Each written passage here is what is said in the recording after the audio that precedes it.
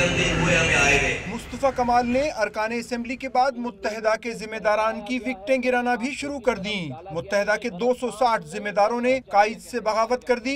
धुआंधार press conference में मुस्तफा कमाल मुत्तहिदा कायद पर बरस पड़े। कहते हैं कायद MQM को लाशें चाहिए, उन्हें लापता कारकुनों की वापसी से परेशानी है।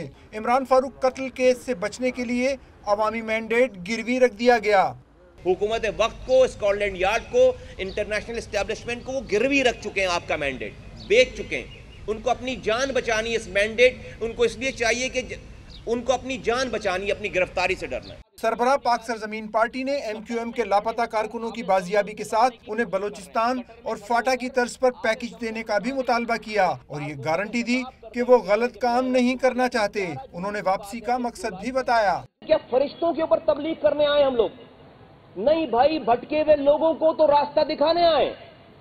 अगर माशरे में गलत लोग इसी तरह से रह गए तो कोई इस्तेमाल करेगा अपने मकासद के लिए। प्रेस कॉन्फ्रेंस के दौरान अनीस कायम खानी का कहना था कि मुत्तहिदा जिम्मेदारों की शमूलियत पहली किस्त है। जल्द ही एक बहुत बड़े मैदान में हजारों कारकुनों को सामने लाएंगे।